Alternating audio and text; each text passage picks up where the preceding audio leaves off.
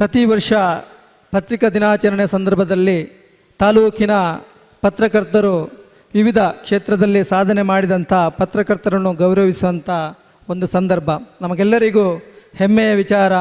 ಜೀತು ನಿಡ್ಲೆ ನಮ್ಮ ನಿಡ್ಲೆಯವರು ಆಕಾಶವಾಣಿ ಬೆಂಗಳೂರಲ್ಲಿ ಸಹಾಯಕ ನಿರ್ದೇಶಕರಾಗಿ ಕರ್ತವ್ಯವನ್ನು ನಿರ್ವಹಿಸುತ್ತಿದ್ದು, ಸಾಹಿತಿಯಾಗಿ, ಲೇಖಕರಾಗಿ, ಬರಹಗಾರರಾಗಿ ಪತ್ರಿಕೋದ್ಯಮ ಕ್ಷೇತ್ರಕ್ಕೆ ವಿಶೇಷವಾದಂಥ ಸೇವೆಯನ್ನು ಸಲ್ಲಿಸಿದವರು. ಅವರನ್ನು ಗೌರವಿಸಲು ನಾವು ಇವತ್ತು ಅತ್ಯಂತ ಸಂತೋಷವನ್ನು ಪಡುತ್ತಾ ಇವರ ಪರಿಚಯ ಪತ್ರವನ್ನು ನಮ್ಮ ಸಂಸ್ಥೆಯ ಹಿರಿಯ ಸದಸ್ಯರಾದ ಅಚ್ಚುಶ್ರೀ ಬಂಗೇರಿ ಇವರು ನಡೆಸಿಕೊಡ್ಬೇಕಂತ ನಿಮ್ಮ ಹತ್ರ ವಿನಂತಿ ಮಾಡ್ತಾ ಇದ್ದೇನೆ. ಜಿ ತುಕಾರಾಮ್ ನಿಡ್ಲೆ IAS ಇವರು ಜಿತು ನಿಡ್ಲೆ ಎಂದೇ ಜನಪ್ರಿಯರು, ಚಿರಪರಿಚಿತರು. ಹುಟ್ಟಿ ಬೆಳೆದದ್ದು ಬೆಳ್ತಂಗಡಿ ತಾಲೂಕಿನ ನಿಡ್ಲೆ ಗ್ರಾಮದಲ್ಲಿ. ಪ್ರಾಥಮಿಕ ಹಾಗೂ ಪ್ರೌಢಶಾಲೆಯ ಶಿಕ್ಷಣ ನಿಡ್ಲೆಯಲ್ಲೇ. ಉಜಿರೆಯ ಶ್ರೀ ಧರ್ಮಸ್ಥಳ ಮಂಜುನಾಥೇಶ್ವರ ಕಾಲೇಜಿನಲ್ಲಿ ಮಂಗಳೂರು ವಿವಿಯಿಂದ ಕಲಾ ಪದವಿ, ನಂತರ ಮಂಗಳೂರು ವಿವಿಯಿಂದ ಸಂವಹನ ಮತ್ತು ಪತ್ರಿಕೋದ್ಯಮದಲ್ಲಿ ಸ್ನಾತಕೋತ್ತರ ಪದವಿ. ತಾವು ಕಲಿತ ಉಜಿರೆ ಕಾಲೇಜಿನಲ್ಲಿ ಪತ್ರಿಕೋದ್ಯಮದ ಉಪನ್ಯಾಸಕರಾಗಿ 2 ವರ್ಷ ಸೇವೆ.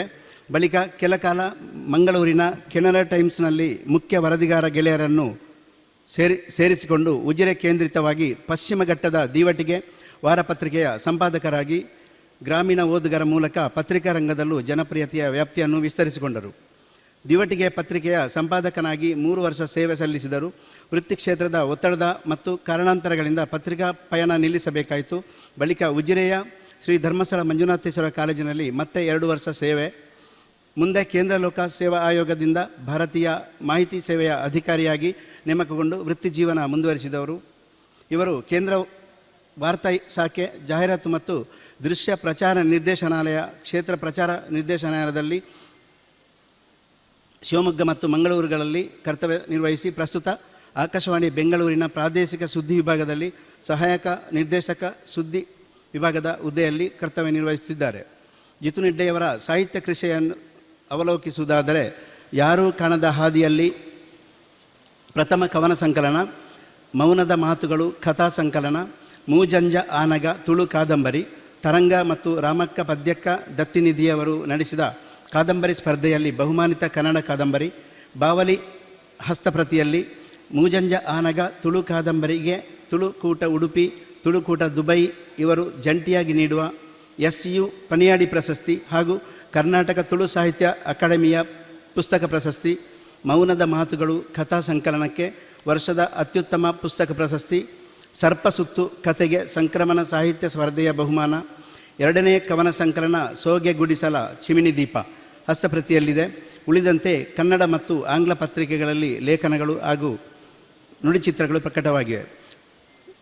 ಜಿ ತುಕಾರಾಮ್ IAS ಅವರು ಪ್ರಸ್ತುತ ಸಹಾಯಕ ನಿರ್ದೇಶಕ ಪ್ರಾದೇಶಿಕ ಸುದ್ದಿ ವಿಭಾಗದ ಆಕಾಶವಾಣಿ ಬೆಂಗಳೂರು ಸಮಾಚಾರ ಮತ್ತು ಪ್ರಸಾರ ಸಚಿವಾಲಯದಲ್ಲಿ ಕಾರ್ಯನಿರ್ವಹಿಸುತ್ತಿದ್ದು, ಇವರ ವೃತ್ತಿ ಕ್ಷೇತ್ರದಲ್ಲಿ ಇನ್ನಷ್ಟು ಉನ್ನತ ಸ್ಥಾನಕ್ಕೇರಿ ನಾಡಿಗೆ ಕೀರ್ತಿ ತರಲೆಂದು ಹಾರೈಸುತ್ತೇವೆ. ಧನ್ಯವಾದಗಳು. ವೇದಿಕೆಯಲ್ಲಿರ್ತಕ್ಕಂಥ ಎಲ್ಲ ಗೌರವಾನ್ವಿತ ಗಣ್ಯರು, ಶಾಸಕರು ಜಿತು ನಿಡ್ಲೆ ಇವರನ್ನು ಸನ್ಮಾನಿಸಬೇಕಾಗಿ ತಮ್ಮ ಹತ್ರ ವಿನಂತಿಯನ್ನು ಮಾಡ್ತಾ ಇದ್ದೇನೆ.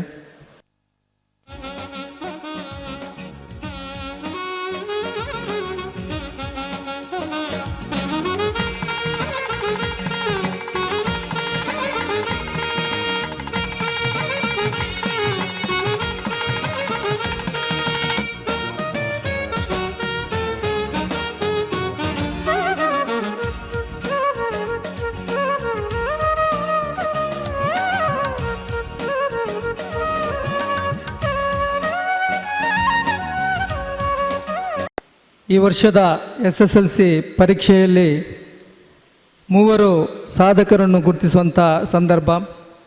ಈ ವರ್ಷ SSLCಯ ಪಬ್ಲಿಕ್ ಪರೀಕ್ಷೆಯಲ್ಲಿ 3 ಮಂದಿ ನಮ್ಮ ಬೆಳ್ತಂಗಡಿಯ ಕನ್ನಡ ಮಾಧ್ಯಮ ಪ್ರೌಢಶಾಲೆಯ 3 ವಿದ್ಯಾರ್ಥಿಗಳು 622 ಅಂಕಗಳನ್ನು ಗಳಿಸಿ ಬೆಳ್ತಂಗಡಿ ತಾಲೂಕಿಗೆ ಪ್ರಥಮ ಸ್ಥಾನವನ್ನು ಪಡೆದು ರಾಜ್ಯಕ್ಕೆ 4ನೇ ಸ್ಥಾನವನ್ನು ಪಡೆದಿದ್ದಾರೆ. ಅಂಥ ಸಾಧಕ ವಿದ್ಯಾರ್ಥಿಗಳನ್ನು ಗೌರವಿಸುವಂಥ ಸಂದರ್ಭ.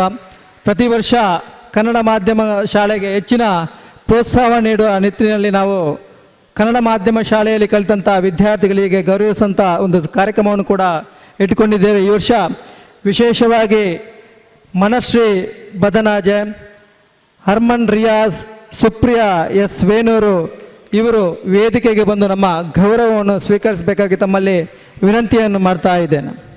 ಸಾಧಕ ವಿದ್ಯಾರ್ಥಿಗಳಾದಂಥ ಮನಶ್ರೀ ಬದನಾಜೆ, ಹರ್ಮನ್ ರಿಯಾಜ್, ಸುಪ್ರಿಯಾ ಎಸ್ ವೇಣೂರು ಇವರು ವೇದಿಕೆಗೆ ಬಂದು ನಮ್ಮ ಗೌರವವನ್ನು ಸ್ವೀಕಾರ ಮಾಡಬೇಕಂತ ತಮ್ಮಲ್ಲಿ ವಿನಂತಿ ಮಾಡ್ತಾ ಇದ್ದೇನೆ. ಪ್ರೌಢಶಾಲೆಯಲ್ಲಿ SSLC ಪರೀಕ್ಷೆಯಲ್ಲಿ ಈ ವರ್ಷ ಅದ್ಭುತ ಸಾಧನೆ ಮಾಡಿದಂಥ ಮನಶ್ರೀ ಬದನಾಜೆ, ಹರ್ಮನ್ ರಿಯಾಜ್ ಇವರನ್ನು ನಮ್ಮ ವೇದಿಕೆಯಲ್ಲಿರುವಂಥ ಎಲ್ಲ ಗೌರವಾನ್ವಿತರು ಪ್ರೋತ್ಸಾಹಿಸಿ ಸನ್ಮಾನಿಸಬೇಕಾಗಿ ತಮ್ಮಲ್ಲಿ ವಿನಂತಿಯನ್ನು ಮಾಡುತ್ತಾ, ಇವರ ಹೆತ್ತವರು ಅಥವಾ ಪ್ರೌಢಶಾಲೆ ಯಾರಾದರೂ ಮುಖ್ಯೋಪಾಧ್ಯಾಯರಿದ್ದರೆ ವೇದಿಕೆಗೆ ಬರಬೇಕಾಗಿ ತಮ್ಮಲ್ಲಿ ವಿನಂತಿಯನ್ನು ಮಾಡ್ತಾ ಇದ್ದೇನೆ.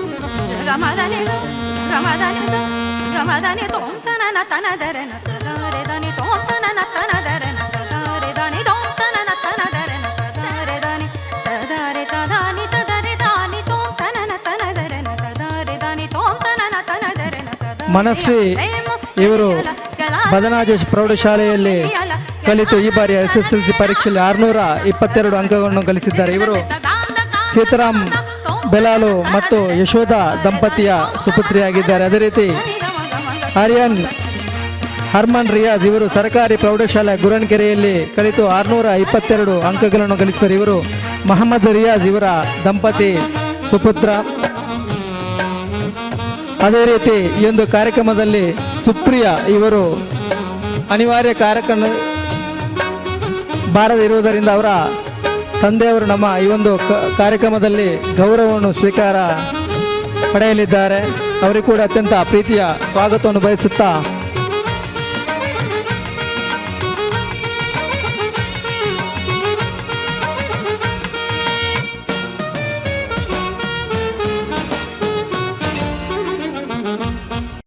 ನಮ್ಮ ಶಾಸಕರವರನ್ನು ಗೌರವಿಸಬೇಕಾಗಿ ವಿನಂತಿಸ್ತಾ ಇದ್ದೇನೆ.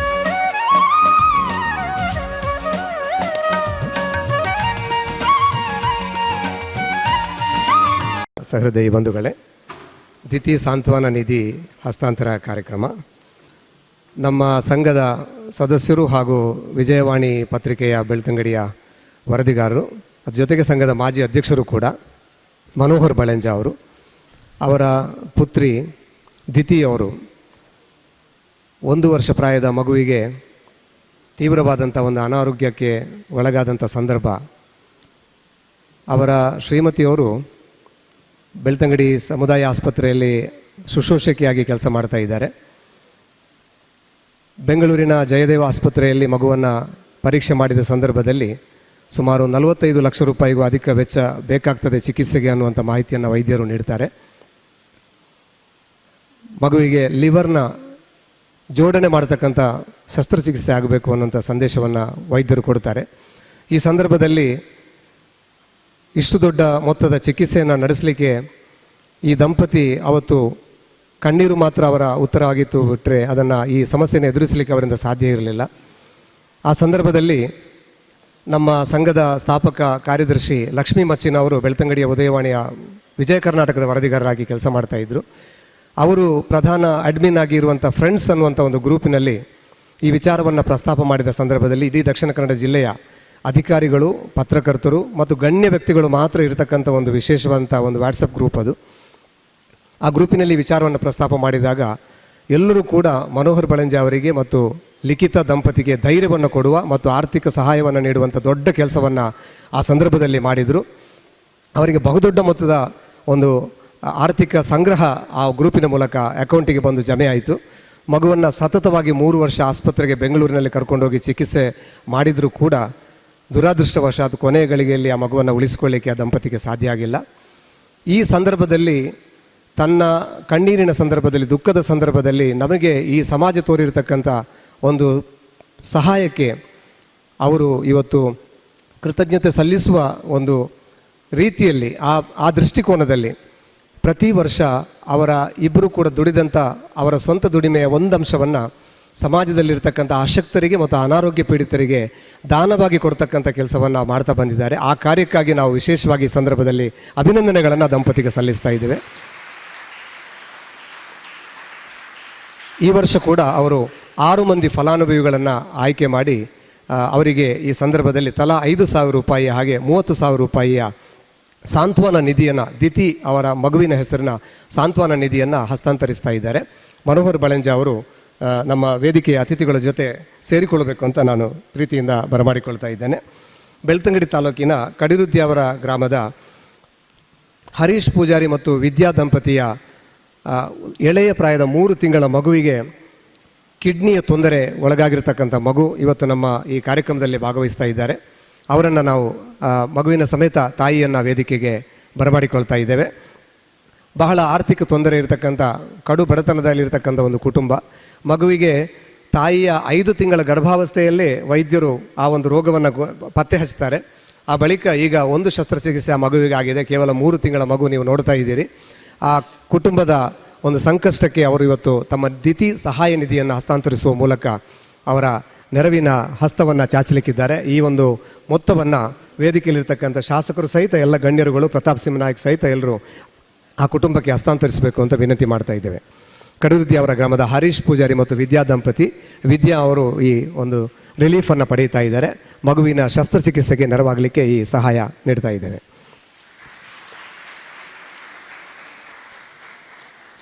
ಶಿಶಿಲ ಹಳದಂಗಡಿ ಬಾರಿಯ ದರ್ಕಾಸು ಮನೆಯ ಸುರೇಶ್ ಶೆಟ್ಟಿ ಮತ್ತು ಗೀತಾ ದಂಪತಿಯ ಪುತ್ರಿ ಅಪಸ್ಮಾರ ಕಾಯಿಲೆಯಿಂದ ಬಳಲ್ತಾ ಇರುವಂತಹ ಒಂದು ಮತ್ತು ರಕ್ತದೊತ್ತಡ ಕಾಯಿಲೆಯಿಂದ ಬಳಲ್ತಾ ಇರುವಂಥ ಕುಟುಂಬ, ಕೂಲಿ ಕಾರ್ಮಿಕರಾಗಿ ಜೀವನವನ್ನು ನಡೆಸ್ತಾ ಇದ್ದಂಥ ಕುಟುಂಬ. ಈ ಬಡ ಕುಟುಂಬದವರಿನ ಮಗುವಿನ ಚಿಕಿತ್ಸೆಗಾಗಿ ಇವತ್ತು ದಿತಿ ಸಾಂತ್ವನ ನಿಧಿಯನ್ನು ಅವರಿಗೆ ನೀಡಲಾಗ್ತಾ ಇದೆ. ಆ ಕುಟುಂಬಸ್ಥರು ದಯಮಾಡಿ ಆ ಫಲಾನುಭವಿ ವೇದಿಕೆಗೆ ಆಗಮಿಸಿ ನಮ್ಮ ದಿತಿ ಸಾಂತ್ವನ ನಿಧಿಯನ್ನು ತಾವು ಸ್ವೀಕರಿಸಬೇಕು ಅಂತೇಳಿ ವಿನಂತಿ ಮಾಡ್ತಾ ಇದ್ದೇವೆ. ಕೂಲಿ ಕಾರ್ಮಿಕರಾಗಿರ್ತಕ್ಕಂಥ ಒಂದು ಕುಟುಂಬ, ಈ ಮಗುವಿಗೆ ಚಿಕಿತ್ಸೆಗೆ ನೆರವು ಅವಶ್ಯಕವಾಗಿರ್ತಕ್ಕಂಥ ಕುಟುಂಬ, ಅವರನ್ನು ಅರ್ಹತೆ ಆಧಾರದ ಮೇಲೆ ಆಯ್ಕೆಗೊಳಿಸಿ ಈ ಒಂದು ನೆರವನ್ನು ಅವರಿಗೆ ನೀಡ್ತಾ ಇದ್ದೇವೆ. ಇದನ್ನು ಶಾಸಕರು ಸಹಿತ ಗಣ್ಯರು ಹಸ್ತಾಂತರಿಸಿ ಮಾಡಬೇಕು ಅಂತ ಕೇಳಿಕೊಳ್ತಾ ಇದ್ದೇವೆ. ಬೆಳ್ತಂಗಡಿ ತಾಲೂಕಿನ ಕಣಿಯೂರು ಗ್ರಾಮದ ಪುತ್ತೊಡ್ಡು ನಿವಾಸಿ ಬಾಲಪ್ಪ ಜಾನಕಿ ಕುಟುಂಬದ 4 ಹೆಣ್ಣು ಮಕ್ಕಳನ್ನು ಅವರು ಗಂಡು ಮಗುವಿನೊಂದಿಗೆ ಜೀವನ ಸಾಗಿಸ್ತಾ ಇದ್ದಾರೆ. ಕೂಲಿ ಕಾರ್ಮಿಕರಾಗಿ ಜೀವನವನ್ನು ಸಾಗಿಸ್ತಾ ಇರುವವರು. ಕುಟುಂಬಕ್ಕೆ ಆಧಾರವಾಗಿದ್ದಂಥ ಬಾಲಪ್ಪ ಅವರು ಕಳೆದ 7 ವರ್ಷಗಳ ಹಿಂದೆ ತೆಂಗಿನ ಮರದಿಂದ ಕೆಳಗೆ ಬಿದ್ದು ಕಾಲು ದುರ್ಬಲಗೊಂಡು ಇವತ್ತು ಬೆನ್ನು ಹುರಿಯ ಅಪಘಾತಕ್ಕೊಳಗಾಗಿ ಚಿಕಿತ್ಸೆಯಲ್ಲಿ ಚಾಪೆ ಹಿಡಿದು ಮಲಗಿದ್ದಾರೆ. ಇವರ ಚಿಕಿತ್ಸೆಗಾಗಿ ದಿತಿ ಸಾಂತ್ವನ ನಿಧಿಯಿಂದ ಇವತ್ತು ಈ ಪರಿಹಾರದ ಮೊತ್ತವನ್ನು ನಾವು ಈ ಸಂದರ್ಭದಲ್ಲಿ ಗಣ್ಯರ ಮೂಲಕ ಹಸ್ತಾಂತರಿಸ್ತಾ ಇದ್ದೇವೆ. ದಯವಿಟ್ಟು ಬಾಲಪ್ಪ ಅವರ ಸುಪುತ್ರಿ ಇಲ್ಲಿಗೆ ಆಗಮಿಸಿದ್ದಾರೆ. ಆ ರೋಗಿ ಇವತ್ತು ಚಾಪೆ ಹಿಡಿದು ಮಲಗಿರುವುದರಿಂದಾಗಿ ಅವರಿಗೆ ಕಾರ್ಯಕ್ರಮಕ್ಕೆ ಬರಲು ಅನಾನುಕೂಲ ಇದೆ. ಅವರ ಮಗಳು ಈ ಒಂದು ಪರಿಹಾರವನ್ನು ಸಾಂತ್ವನ ನಿಧಿಯನ್ನು ಸ್ವೀಕರಿಸಬೇಕು ಅಂತ ಕೇಳ್ಕೊಳ್ತಾ ಇದ್ದೇವೆ. ಬೆಳ್ತಂಗಡಿ ತಾಲೂಕಿನ ಸಾವಿಯ ಗ್ರಾಮದ ಓದ್ರೇಲು ನಿವಾಸಿ ಸುಂದರ ಪೂಜಾರಿ ಕೂಲಿ ಕಾರ್ಮಿಕರಾಗಿದ್ದು ಮನೆಗೆ ಆಧಾರ ಸ್ತಂಭವಾಗಿ ಮನೆಯನ್ನು ನಡೆಸ್ತಾ ಇದ್ದರು. ತಮ್ಮ 4 ಪುತ್ರಿಯರಿಗೆ ಕಷ್ಟದಲ್ಲಿ ವಿವಾಹವನ್ನು ಕೂಡ ಮಾಡಿಸಿದ್ದಾರೆ. ಇದ್ದಕ್ಕಿದ್ದಂತೆ ಅವರಿಗೆ ಜಠರದ ಕ್ಯಾನ್ಸರ್ ಕಾಯಿಲೆ ಬಾಧಿಸಿದ್ದರಿಂದಾಗಿ ಇವತ್ತು ಬಹಳ ಆರ್ಥಿಕ ತೊಂದರೆಗೊಳಗಾಗಿ ಅವರು ಚಿಕಿತ್ಸೆಯನ್ನು ಪಡೀತಾ ಇದ್ದಾರೆ ಮತ್ತು ಲಕ್ಷಾಂತರ ರೂಪಾಯಿ ಅವರ ಚಿಕಿತ್ಸೆಗೆ ವೆಚ್ಚವನ್ನು ಈಗಾಗಲೇ ಭರಿಸಿದ್ದಾರೆ.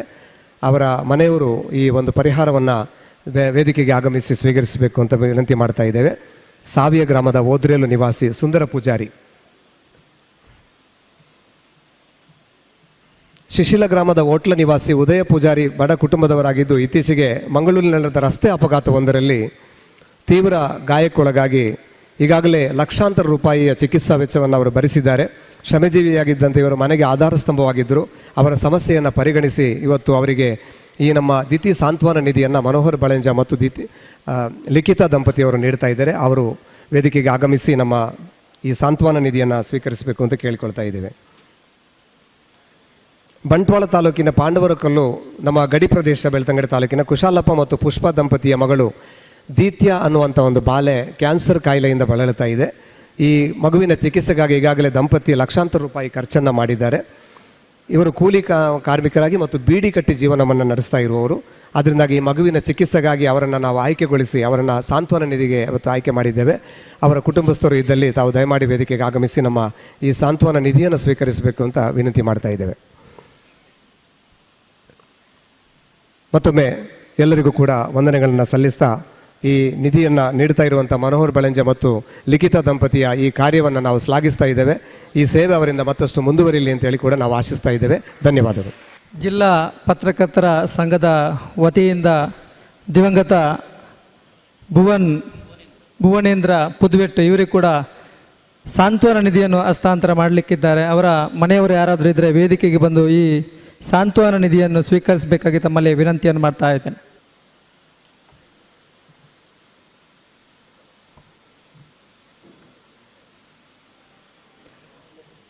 ನಮ್ಮ ಇಂದಿನ ಈ ಒಂದು ಕಾರ್ಯಕ್ರಮದಲ್ಲಿ ಲಯನ್ಸ್ ಕ್ಲಬ್ನ ನೂತನ ಅಧ್ಯಕ್ಷರಾದಂಥ ಮುರಳೀಧರ್ ಬಲಿಪ್ ಅವರಿದ್ದಾರೆ. ತಮ್ಮ ಇರುವಿಕೆಯನ್ನು ಗುರುತಿಸಿ ಗೌರವಿಸ್ತಿದ್ದೇನೆ. ಅದೇ ರೀತಿ ನ್ಯಾಯವಾದಿಗಳಾದಂಥ ಶಶಿಕಿರಣ್ ಜೈನ್ ಅವರಿದ್ದರೆ ತಮ್ಮ ಇರುವಿಕೆಯನ್ನು ಗುರುತಿಸ್ತಾ ಇದ್ದೇನೆ.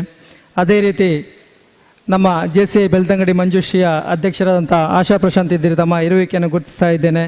ಉದ್ಯಮಿಗಳಾದಂಥ ಪ್ರಶಾಂತ್ ಕೊಕ್ಕರ್ನೆ ತಮ್ಮ ಇರುವಿಕೆಯನ್ನು ಗುರುತಿಸ್ತಾ ಇದ್ದೇನೆ. ಅದೇ ರೀತಿ ದಿವಾ ಕೊಕ್ಕಡ SDM ಕಾಲೇಜು ತಮ್ಮ ಇರುವಿಕೆಯನ್ನು ಗುರುತಿಸ್ತಾ ಇದ್ದೇನೆ. ಅದೇ ರೀತಿ ಪ್ರಮುಖರಾದಂಥ ರಘುರಾಮ್ ಶೆಟ್ಟಿ ಉಜಿರೆ, ಕೃಷ್ಣ ಆಚಾರ್ಯ ಬೆಳ್ತಂಗಡಿ, ಸಂತೋಷ್ ಕುಮಾರ್ ವಕೀಲರು ಬೆಳ್ತಂಗಡಿ, ಮಹಮ್ಮದ್ ವೇಣೂರು ತಮ್ಮ ಇರುವಿಕೆಯನ್ನು ಗುರುತಿಸಿ ಗೌರವಿಸ್ತಾ ಇದ್ದೇನೆ. ಅದೇ ರೀತಿ ಸುದ್ದಿ ಉದಯ ಪತ್ರಿಕೆಯ ತಿಮ್ಮಪ್ಪ ಗೌಡರು, ಅದೇ ರೀತಿ ಅಕ್ಬರ್ ಬೆಳ್ತಂಗಡಿ, ವಿಜಯ್ ಜೈನ್ ನಾವರ, ಉಪನ್ಯಾಸಕರಾದಂಥ ಶಂಕರ್ ರಾವ್, ಆಶಾ ಪ್ರಶಾಂತ್, ವಕೀಲರ ಸಂಘದ ಕಾರ್ಯದರ್ಶಿಯಾದಂಥ ನವೀನ್ ಗೌಡ, ಅದೇ ರೀತಿ ದಿನೇಶ್ ಅವರು, ಮುಲಿಯಾ ಜ್ಯುವೆಲರ್ಸ್ನ ದಿನೇಶ್ ಹಾಗೂ ಜಯಂತ್ ಅವರು ಉಪಸ್ಥಿತರಿದ್ದು ತಮ್ಮ ಇರುವಿಕೆಯನ್ನು ಗುರುತಿಸಿ ಗೌರವಿಸ್ತಾ ಇದ್ದೇನೆ. ಇನ್ನು ಮುಂದಕ್ಕೆ ಈ ಒಂದು ಕಾರ್ಯಕ್ರಮದಲ್ಲಿ ಆಕಾಶವಾಣಿ ಬೆಂಗಳೂರು ಇದರ ಸಹಾಯಕ ನಿರ್ದೇಶಕರಾದಂಥ ಜೀತು ನಿಡ್ಲೆ ಇವರಿಂದ ಉಪನ್ಯಾಸ ನಡೆಯಲಿದೆ. ಜೀತು ನಿಡ್ಲೆ ಅವರಿಗೆ ವೇದಿಕೆ. ಬಂಧುಗಳೇ, ಎಲ್ಲರಿಗೂ ನಮಸ್ಕಾರ.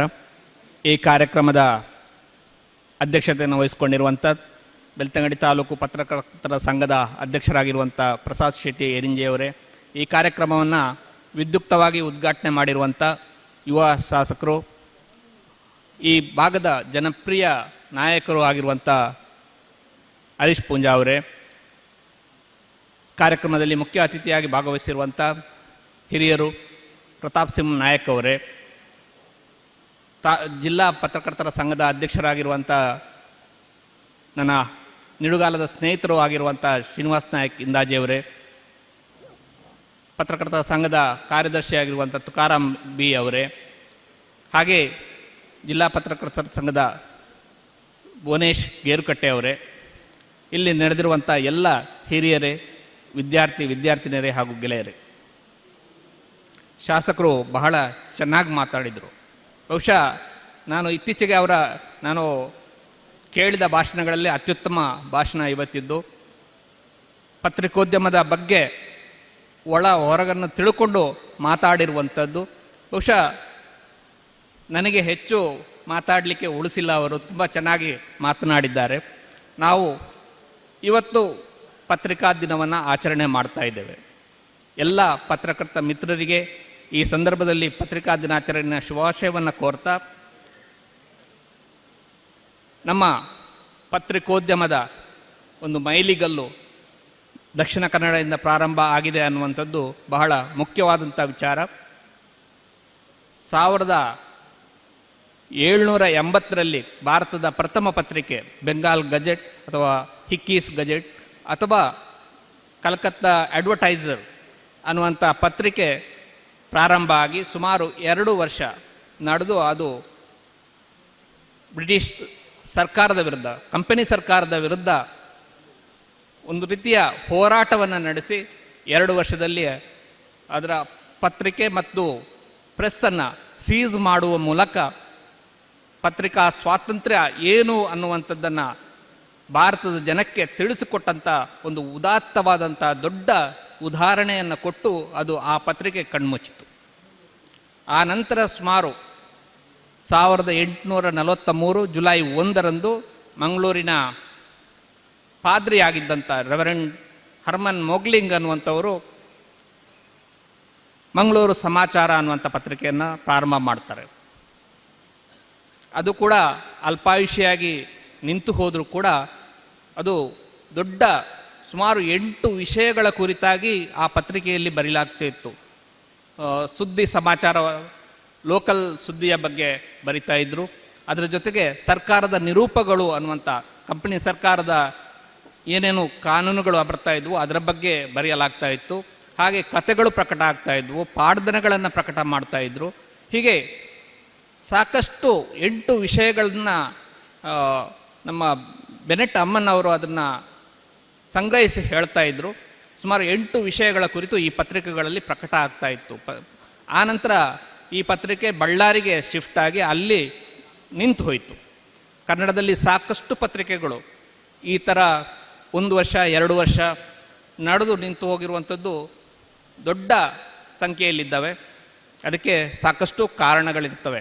ಆದರೆ ಭಾರತದ ಪ್ರಥಮ ಪತ್ರಿಕೆ ನಿಂತು ಹೋಗಿರುವಂಥದ್ದು ಸರ್ಕಾರದ ವಿರುದ್ಧ ಬರೆಯುವ ಮುಖಾಂತರ ಸರ್ಕಾರದಿಂದ ಜಪ್ತಿಗೆ ಒಳಗಾಗಿ ನಿಂತು ಹೋಗಿರುವಂಥದ್ದು. ಇದು ಪತ್ರಿಕಾ ಸ್ವಾತಂತ್ರ್ಯ ಎಷ್ಟು ಮುಖ್ಯ ಅನ್ನುವಂಥದ್ದನ್ನು ಭಾರತದ ಜನರಿಗೆ ತಿಳಿಸಿಕೊಟ್ಟಂಥ ಒಂದು ಉದಾಹರಣೆ. ಶಾಸಕರು ಆಗಲೇ ಹೇಳಿದ್ರು, ತುರ್ತು ಪರಿಸ್ಥಿತಿಯ ಸಂದರ್ಭದ ವಿಚಾರಗಳನ್ನು ಬಹುಶಃ ನಾವೆಲ್ಲ ಸಣ್ಣ ಹುಡುಗರಾಗಿದ್ದಂಥ ಸಂದರ್ಭದಲ್ಲಿ ತುರ್ತು ಪರಿಸ್ಥಿತಿಯ ಕಥೆಗಳನ್ನು ಕೇಳ್ತಾ ಇದ್ವಿ. ಈ ಸಂದರ್ಭದಲ್ಲಿ ಪತ್ರಿಕೆಗಳು ದೊಡ್ಡ ಟಾರ್ಗೆಟ್ ಆಗಿ ಅದನ್ನೇ ಒಂದು ಟಾರ್ಗೆಟ್ ಮಾಡಿಕೊಂಡಂಥ ಸರ್ಕಾರ ಪತ್ರಿಕೆಗಳನ್ನು ಕತ್ತು ಹಿಸುಕುವಂಥ ಕೆಲಸವನ್ನು ಮಾಡಿತ್ತು ಅನ್ನುವಂಥದ್ದು ನಾವು ಚರಿತ್ರೆಯನ್ನು ಓದಿದವರಿಗೆ ಗೊತ್ತಿದೆ. ಆ ಕಾಲದಲ್ಲಿ ಪ್ರಜಾವಾಣಿ ಅಂತ ಪತ್ರಿಕೆ ಸಂಪಾದಕೀಯ ಪುಟವನ್ನು ಖಾಲಿ ಬಿಟ್ಟು ತನ್ನ ಪ್ರತಿಭಟನೆಯನ್ನು ಸಲ್ಲಿಸಿತ್ತು. ಯಾಕಂತಂದರೆ ಸಂಪಾದಕದಲ್ಲಿ ಏನು ಬರೆದರೂ ಕೂಡ ಕೇಸ್ ಆಗುವಂಥ ಸಂದರ್ಭ ಇದ್ದದ್ದಕ್ಕೆ ಪ್ರಜಾವಾಣಿ ತನ್ನ ಇಡೀ ಪುಟವನ್ನು, ಸಂಪಾದಕೀಯ ಪುಟವನ್ನು ಖಾಲಿ ಬಿಟ್ಟು ಪ್ರಕಟ ಮಾಡ್ತಾ ಇತ್ತು. ಲಂಕೇಶ್ ಅಂತ ಪತ್ರಕರ್ತ ಆ ಕಾಲದಲ್ಲಿ ತುರ್ತು ಪರಿಸ್ಥಿತಿಯನ್ನು ಬಹಳ ತೀವ್ರವಾಗಿ ವಿರೋಧಿಸಿದಂಥದ್ದು ಕೂಡ ನಾವು ಚರಿತ್ರೆಯಲ್ಲಿ ಕಾಣ್ತೇವೆ. ಈ ಸಂದರ್ಭದಲ್ಲಿ ಪತ್ರಿಕಾ ಸ್ವಾತಂತ್ರ್ಯ ಈಗಾಗಲೇ ಹೇಳಿದ್ರು, ಶಾಸಕರು ಹೇಳಿದ ಹಾಗೆ ಈ ನಾವು ದೊಡ್ಡ ಒಂದು ಸಂಕಷ್ಟದ ಸಮಯದಲ್ಲಿ ಇವತ್ತು ಪತ್ರಿಕೋದ್ಯಮ ಇದೆ ಅನ್ನುವಂಥದ್ದನ್ನು ನಾವು ಮರೆಯೋದಕ್ಕೆ ಸಾಧ್ಯ ಇಲ್ಲ. ಇವತ್ತು ಪತ್ರಕರ್ತರ ಸಂಖ್ಯೆ ಜಾಸ್ತಿ ಆಗಿದೆ. ನಾವೆಲ್ಲ ಪತ್ರಿಕೋದ್ಯಮಕ್ಕೆ ಬಂದಾಗ ನಾನು ಇದನ್ನು ಹೇಳಲೇಬೇಕು. ನಾನು ಬೆಳ್ತಂಗಡಿ ತಾಲೂಕಿನಲ್ಲಿ 3 ವರ್ಷ ಪತ್ರಕರ್ತನಾಗಿ ಕೆಲಸ ಮಾಡಿದಂಥವನು. ಇಲ್ಲಿರುವಂಥ ಎಲ್ಲರೂ ಹೆಚ್ಚು ಕಡಿಮೆ ಹೊಸ ವಿದ್ಯಾರ್ಥಿಗಳನ್ನು ಬಿಟ್ಟರೆ ಎಲ್ಲರೂ ಪರಿಚಿತ ಮುಖಗಳೇ ನನಗೆ ಕಾಣ್ತಾ ಇದೆ. ಬೆಳ್ತಂಗಡಿ ತಾಲೂಕಿನ ಎಲ್ಲ ಹಳ್ಳಿಗಳನ್ನು ಸುತ್ತಾಡಿರುವಂಥ, ಅಲ್ಲಿ ಹೋಗಿ ಪರಿಚಯ ಮಾಡಿಕೊಂಡು ನಾವು ಪತ್ರಿಕೆಗಳನ್ನು ಡಿಸ್ಟ್ರಿಬ್ಯೂಷನ್ಗೆ ಹೋಗಿರುವಂಥ ಸಂದರ್ಭಗಳು ಕೂಡ ಇದೆ. ಕಾರಣಾಂತರಗಳಿಂದ 3 ವರ್ಷ ನಡೆದಂಥ ಪತ್ರಿಕೆ ನಿಂತು ಹೋಯಿತು. ಆದರೆ ನನಗೆ ಒಂದು ದೊಡ್ಡ ಅನುಭವವನ್ನು ಕೊಟ್ಟಿರುವಂಥದ್ದು ದೀವಟ್ಟಿಗೆ ಅನ್ನುವಂಥ ಸಣ್ಣ ಪತ್ರಿಕೆ. ಅದು 8 ಪೇಜಿನ ಪತ್ರಿಕೆ ಆಗಿತ್ತದು. ನಾನು ಎಲ್ಲ ರೀತಿಯ ಟೆಕ್ನಾಲಜಿಯ ಮುಖಾಂತರ ಆ ಪತ್ರಿಕೆಯನ್ನು ಬೆಳೆಸೋದಕ್ಕೆ ಸಾಧ್ಯ ಆಯಿತು. ಟ್ರೆಡಲ್ ಮಿಷಿನಿಂದ ಮೊಳೆ ಜೋಡಿಸುವ ಪ್ರಿಂಟಿಂಗ್ ಪ್ರೆಸ್ಸಿಂದ ಆಫ್ಸೆಟ್ವರೆಗೆ ಏನು ಪತ್ರಿಕೋದ್ಯಮದಲ್ಲಿ ಬೆಳವಣಿಗೆ, ಪ್ರಿಂಟಿಂಗಲ್ಲಿ ಏನೇನು ಬೆಳವಣಿಗೆ ಆಯಿತೋ ಅದನ್ನು ನೋಡೋದಕ್ಕೆ ಸಾಧ್ಯ ಆಯಿತು. ಅದನ್ನು ನಾವು ಕೆಲಸ ಮಾಡುವ ಸಂದರ್ಭದಲ್ಲಿ ಟ್ರೆಡಲ್ ಪ್ರೆಸ್ಸಿಂದ ಹಿಡಿದು ಆಫ್ಸೆಟ್ನವರೆಗೆ, ಬೇಬಿ ಆಫ್ಸೆಟ್ಟು ಹಾಗೂ ದೊಡ್ಡ ಆಫ್ಸೆಟ್ ಮಿಷಿನ್ಗಳ ಮುಖಾಂತರ ಪ್ರಿಂಟಿಂಗ್ ಮಾಡುವಂಥ ವ್ಯವಸ್ಥೆಗೆ ಮಾಡೋದಕ್ಕೆ ಸಾಧ್ಯ ಆಯಿತು. ಹಾಗೆಯೇ ನಾನು ಬೆಳ್ತಂಗಡಿಯ ಪತ್ರಕರ್ತರ ಸಂಘದ 2ನೇ ಕಾರ್ಯಕ್ರಮದಲ್ಲಿ ಭಾಗವಹಿಸ್ತಾ ಇರುವಂಥದ್ದು. ಪ್ರಥಮ ಬಾರಿ ಭಾಗವಹಿಸಿದಾಗ ನಾನು ಆಡಳಿತ ವ್ಯವಸ್ಥೆಯ ಭಾಗವಾಗಿದ್ದೆ. ಇವತ್ತು ನಿಮ್ಮ ಜೊತೆಗೆ ನಿಂತು ಸುದ್ದಿ ಮನೆಯಲ್ಲಿ ಕೂತು ಈ ಕಾರ್ಯಕ್ರಮದಲ್ಲಿ ಭಾಗವಹಿಸೋದಕ್ಕೆ ಸಾಧ್ಯವಾದದಕ್ಕೆ ನನಗೆ ತುಂಬ ಸಂತೋಷ ಇದೆ. ಇವತ್ತು ಸುದ್ದಿಯ ಭರ ಏನೂ ಇಲ್ಲ. ನಮಗೆ ಒಂದು ಸುದ್ದಿ 8 ಪೇಜು ತುಂಬಿಸಬೇಕಾದ್ರೆ ಅಷ್ಟೇ ಕಷ್ಟ ಆಗ್ತಾಯಿತ್ತು. ಕೆಲವು ನೆನಪುಗಳು ನಾನು ಹೇಳಲೇಬೇಕು. ನಾವು ಆ ಕಾಲದಲ್ಲಿ ಮೊಯ್ಲಿ ಅವರು ಮುಖ್ಯಮಂತ್ರಿ ಆದಾಗ ಅವರ ಫೋಟೋ ನಮ್ಮ ಕೈಯಲ್ಲಿರಲಿಲ್ಲ. ಇವತ್ತು ಅದನ್ನು ನಾವು ಯೋಚನೆ ಮಾಡೋದಕ್ಕೂ ಸಾಧ್ಯ ಇಲ್ಲ.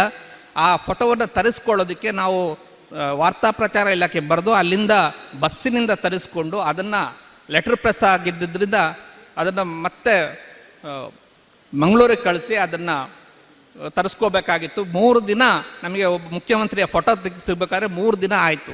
ಇವತ್ತು ಮುಖ್ಯಮಂತ್ರಿ ಆಗ್ತಿದ್ದ 2ನೇ ಕ್ಷಣದಲ್ಲಿ ನಿಮ್ಮ ಕೈಯಲ್ಲಿ ಅವರ ಫೋಟೋ, ಅವರ ವಿವರಗಳು, ಅವರ ಇಡೀ ಬಯೋಡೇಟಾ ನಮ್ಮ ಕೈಯಲ್ಲಿರ್ತದೆ. ಇಷ್ಟು ಟೆಕ್ನಾಲಜಿ ಮುಂದುವರೆದಿದೆ. ಇವತ್ತು ಪತ್ರಕರ್ತರು ಫೀಲ್ಡಿಗೆ ಹೋಗದೆ ಕೂಡ ಸುದ್ದಿಗಳನ್ನು ಮಾಡೋದಕ್ಕೆ ಸಾಧ್ಯ ಆಗುತ್ತೆ. ಇವತ್ತು ಇಂಗ್ಲೀಷಿನಲ್ಲಿ ಟೆಲಿಪ್ರಿಂಟರ್ಗಳು ಬೇಕಾಗಿಲ್ಲ. ನಿಮ್ಮ ಮೊಬೈಲ್ ಕೈಯಲ್ಲಿದ್ದರೆ ಒಂದು ಪತ್ರಿಕೆಯನ್ನು ನಡೆಸೋದಕ್ಕೆ ಸಾಧ್ಯ ಆಗುವಂಥ ನಿಟ್ಟಿನಲ್ಲಿ ನಾವು ತಂತ್ರಜ್ಞಾನದಲ್ಲಿ ಬಹಳ ಮುಂದೆ ಬಂದಿದ್ದೇವೆ. ChatGPT ಅಂತ ಅಥವಾ AI ಅಂತ ಒಂದು ಟೆಕ್ನಾಲಜಿ ಮುಖಾಂತರ ನಮ್ಮಲ್ಲಿ ಇವತ್ತು ಇಂಗ್ಲೀಷ್ನಲ್ಲಿ ಬರುವಂಥ ಸುದ್ದಿಗಳನ್ನು ಒಂದು ಕ್ಷಣದಲ್ಲಿ ಕನ್ನಡಕ್ಕೆ ಅನುವಾದ ಮಾಡಿಕೊಡುವಂಥ ChatGPT ಇದೆ, ಗೂಗಲ್ ಟ್ರಾನ್ಸ್ಲೇಷನ್ ಇದೆ. ಒಂದಷ್ಟು ನೋಡಿಕೊಂಡ್ರೆ ಸುದ್ದಿಯನ್ನು ಮಾರ್ಪಾಡು ಮಾಡಿ ಸುದ್ದಿಯ ರೂಪದಲ್ಲೇ ನಿಮಗೆ ಬರೆದು ಕೊಡುವಂಥ ChatGPT ಇದೆ. ಸೊ ಟೆಕ್ನಾಲಜಿ ಸಾಕಷ್ಟು ಮುಂದುವರೆದಿದೆ. ನಾನು ಕಳೆದ ಸಾರಿಯ ಭಾಷಣದಲ್ಲೂ ಕೂಡ ಹೇಳಿದ್ದೆ ಈ ಮಾತನ್ನು. ಸೋಷಿಯಲ್ ಮೀಡಿಯಾ ಅನ್ನುವಂಥದ್ದು ಶಾಸಕರು ಇದರ ಬಗ್ಗೆ ಕೂಡ ಮೆನ್ಷನ್ ಮಾಡಿದರು. ಇವತ್ತು ವೆಬ್ ಮ್ಯಾಗಝಿನ್ಗಳು ನಮ್ಮ ಚಾನಲ್ಗಳ ಜೊತೆಗೆ ಕಾಂಪೀಟ್ ಮಾಡ್ತಾ ಇದ್ದಾವೆ. ಬಹುಶಃ ಕೆಲವೊಂದಷ್ಟು ಒಳ್ಳೆಯ ಮಾಹಿತಿಗಳನ್ನು ಕೂಡ ಕೊಡಲಿಕ್ಕೆ ಸಾಧ್ಯ ಆಗ್ತಾ ಇದೆ. ಬಹಳ ವೇಗವಾಗಿ ಕೊಡುವಂಥ ತರಾತುರಿಯಲ್ಲಿ ನಾವು ಕೆಲವು ಸಾರಿ ತಪ್ಪು ಸುದ್ದಿಗಳನ್ನು ಕೂಡ ಕೊಡುವ ಸಾಧ್ಯತೆಗಳು ಇಲ್ಲ ಅಂತ ಹೇಳಲಿಕ್ಕೆ ಸಾಧ್ಯ ಇಲ್ಲ.